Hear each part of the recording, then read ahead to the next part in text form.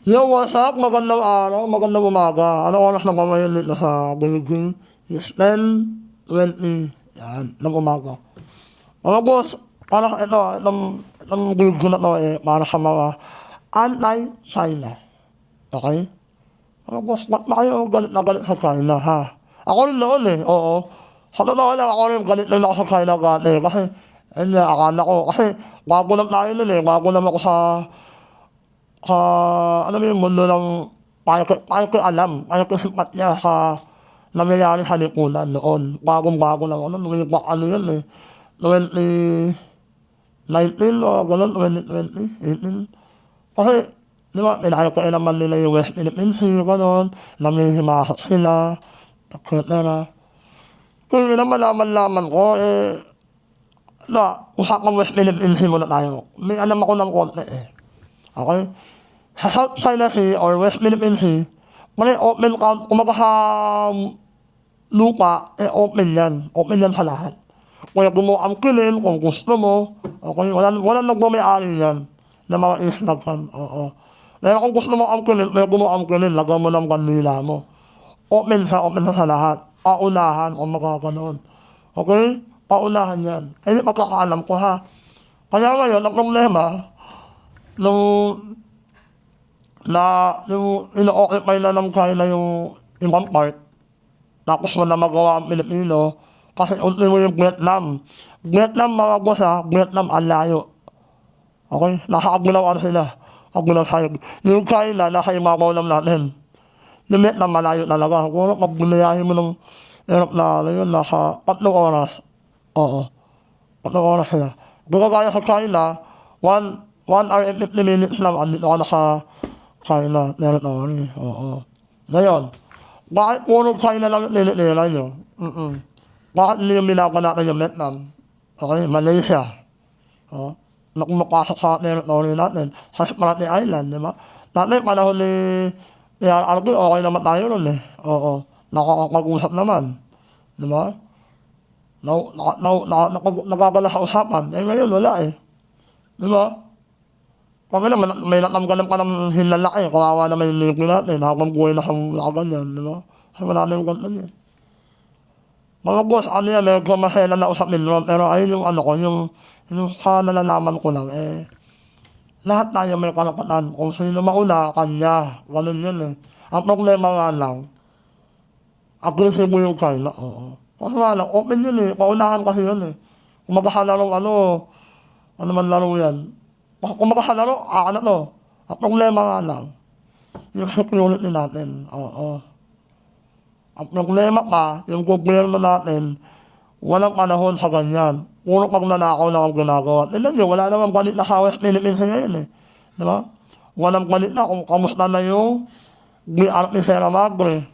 Di ba? Baka wala na ngayon. Parang Argay, piling ko wala na yung BRP Sierra Madre ko. Kasi wala nang balit na, di ba? O, di ba? Ako kinakagawa na ako sa West Philippines Kasi, siyempre, kahit paano hindi tayo makayang na makuha ng China yung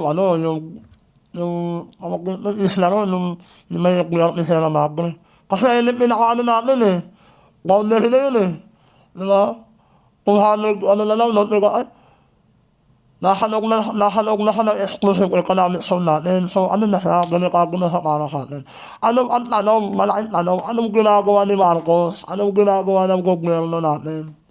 Anong ginagawa ng Coast Guard, Navy, National Defense Secretary, Gibo? Anong ginagawa nila? Di ba? Kung talagang mahal yung Pilipinas, huwag mamabayaan, huwag yung ibibigay kahit anong mangyari, di ba? Wala Hindi nga kayo marunong makapag-usap sa Chinese, di ba? Actually, okay naman sila Kumaga, may term yun May tamang term. Demokrasya naman Parehas naman tayo ng demokrasya Kumaga, magaling na makausap Oo. Willing nga sila tumulong sa atin, di ba? Yung gobyerno ng China, willing sila mapautang ng pera para makagawa ng maraming daanan. Okay? Kaya West Philippines sila, napakaliit lang niya. Wala namang makukuha ng iskagan. Di ba? Pag ganun na sila kausap, huwag na tayo mayabang. Tangkapin natin sa sarili natin na wala tayong kakayahan lumaban. Oo, alam niyo yan, oo. Kasi pagkaupo ni Marcos, wala na kaming pagbili. Ang binigay ng Amerika, bomba. Oo. Lahat ng air cases nilagyan ng bomba. Nilagyan ng missile, oo. Eh, ang China, ang gusto lang naman nila, trabaho. Pera. Kumita. Yun ang gusto ng China, oo. Pag kumita sila, mas marami sila magbibili ng missile. Pero totoo yun, nabasa tayo kung ano plano nila sa mundo. Pero ang Chinese mga boss, nagpapahiram ng ano yan, opportunity. Pera, trabaho, namimigay sila ng trabaho talaga oo. Ang napansin ko nito sa China mga boss, ang napakaraming napakaraming daanan, may underground, highway. Alam mo yung skyway, may skyway pa. Oo. Ganun kalupit. Alam niyo kung magawa saan yan, kamay nilaan, ang bilis ng ang bilis ng trabaho, oo. Wala masasayang na gasolina. Lahat umaandar. Unlike rito sa China, alam mo napakarami yung nito mga boss windmill, oo. Ano mo yung windmill sa atin sa North, sa Ilocos? Ilang piraso lang yun, wala kaya ng 20 piraso yun. Ngayon ito, libo windmill nila, napakarami. Sumakay kami ng bullet train, di ba? Simula Shanghai to Beijing here, Beijing. Boy, ang pakarami windmill. Promise, legit. Hindi na ako pala yung windmill. Meron naman sa Pilipinas nito. Pero rin sa China, napakarami. Ito ka napansin ko mga boss. Halos lahat ng transportation nito, electric, lalo na yung mga motor nila, electric na mo oo. Tapos, yung gasolina nila, kasi akala nga namin walang gasolinahan dito. Mga boss, yung gasolina nila dito, napakamura. 40 lang. Oo, 40 pesos. Meron liter. Kung kagaya sa Pilipinas, 89, 84, 81.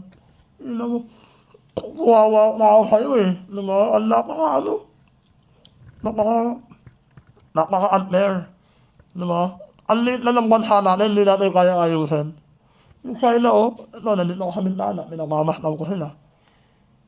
Kung lahat ng mga mamahaling sasakyan nandito. Normal na lang yung mga Maserati, Ferrari, Audi, Mustang, Lamborghini, normal lang rin sa China boy. Oo.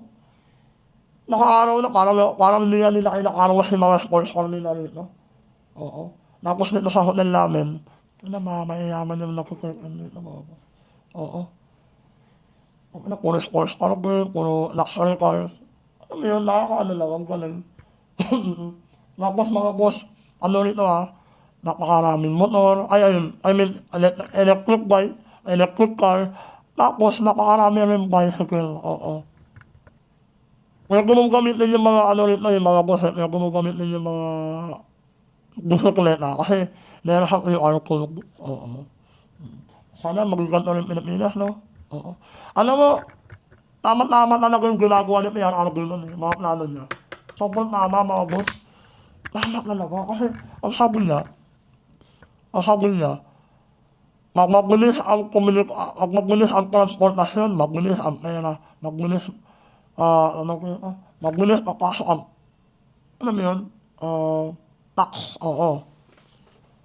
Pag mabilis pumasok ang tax, mabilis rin ang restock. I mean, walang masasayang na gasolina Lahat ng tao may opportunity. Di ba? Kung ganun na PRR, ganyan pala yung pinaplano niya. Kasi, dito mga boss, napakarami flyover, sky. Lahat na mapaglalagyan dito, mga boss, nilalagyan nila. Ganun kalapit ng pag-iisip ng gobyerno nila rito. Tapos siyempre rito mga boss, mata sa mata, ipin sa ipin, oo. Ang ibig ko sabihin, kung matay ka, papatayin ka rin. Kung nagnakaw ka, kulong ka habang buhay or definitely. Papatayin ka rito mga boss, oo. Huwag ka paloko-loko rito. Matindi gobyerno ng China. Kaya ganito sila kayaman. Sa atin, siguro, pag umukuli si Duterte, pag nakakuha niya ang Duterte, alisin muna yung puso, yung awa. Oo. Kamay nagmakal muna, mga boss. Oo. Kasi mag-awa, aabusuhin tayo, alisin yung AX. alisin nila yung Fortis, alisin nila lahat ng mga pakain sa gobyerno. Tapos ang Meralco, pasok nila, balik nila sa gobyerno yan. Gulo na kung gulo. Yung tubig, balik nila sa gobyerno. Gobyerno na humawak. Kasi dito sa China, lahat yan gobyerno may hawak. Oo. Kaya yung kinikita ng gobyerno, napupunta sa tao. Sa ospital, libre. Diba? Ano ba? Libre gamot. Diba? Libre pamahay. Oo, hulugan mo. Napakaraming rin na condominium, mga boss. Sobra. Ito kasi high-end to eh. Yung mga bagong high-rise na condominium, maliliit lang. Pero umaabot ng 20 floor, 30 floor. Ang bilis nila gumawa nito, mga boss. Sana ganito sa Pilipinas, mga boss. Ako, pangarap ko, maabutan ko pa yung pag-unlad. Sana, pag matanda na ako, maabutan ko. Makita ko na, kami na balang araw, yayaman din ng Pilipinas. Sana maabutan natin lahat, mga boss, no? Oo. Sana talaga maabutan. Gusto ko magkaroon ng alam mo yun, lahat ng napupunta ko bansa, napunta ko na yung Southeast Asia, napunta ko na noon. Japan, napunta ko na lahat yan, mga boss. Buong Southeast Asia, napunta ko na. Mas mayaman mga tayo noon sa Indonesia. Oo, totoo alam noon ha. Kasi natin, nung pumunta ako ng Indonesia, para tayo, iPhone na sila, Nokia pa rin eh. Oo. Ano yun, nasa nila, napasan na tayo. Diba? Nakakababa ng moral, no? Oo. Pag kukunin yung Duterte ni Sara, Ma'am Sara, alisin mo muna yung puso. Oo. Kamay na bakal kayo, alanin mo, alisin mo lahat ng mga kahirap na napapamahal ng tax natin. Tax, oo. Yung airport, ayusin. Lahat ng mga pwedeng gawin sa EDSA, gawin na, gawa ng flyover, underground, lahat. Mawala na yung traffic. Tapos yung mga ulol na nasa kali, mga enforcer. Batukan yan. Inahayaan nila magka-traffic sa may kamon. Alam mo yun? Bullshit eh. Diba? Tayo rin napapahira ng naanan, napapatraffic. Kaya kailangan ilagay na yung enforcer cam. Pulis! Alisin na lahat na yung enforcer na yan. Gawin nyo ng police enforcer. Police traffic, mga highway patrol group. Ilagay nyo gan sa EDSA. Nalagot lahat yan. Oo. Kasi natutunan nila yan eh. Oo. Yun. Actually mga boss, marami ako rin na content na. Ngayon lang ako mag-upload ulit. Kasi, ang haba ng content ko sa oras. Oo. Bawat araw. Ngayon, ikukwento ko lang yung experience ko rito sa China. Kasi ito na yung sa mainland, ito yung tatlong bayan na, tatlong lugar na pupunta namin sa mainland China. Nauna na yung Guangzhou, Shanghai, at ngayon Beijing. Sige, sasabihin ko na sa inyo tatlong gusto ko, kakaaya ko sa tatlong lugar. Okay? Unahin natin yung Guangzhou. Talay naman una na akong napuntahan. Mga boss, yung Guangzhou pala,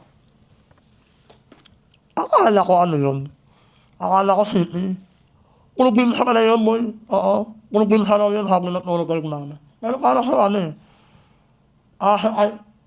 province of Guangzhou, yeah. Pero yung pinaka-city, sabi nila, naman yun, parang yun. Probinsya pa lang yung Guangzhou, pero pare, napakarami skyscraper, oo. Tapos, maraming robot, yeah. Tapos, ganda rin, maraming tao, maraming sasakyan, lahat ng sasakyan, electronic, EV, hybrid, gano'n. Lahat ng motor ko, electric bike, e-bike. Tapos, gano'n kaganda yung lugar nila. Diba?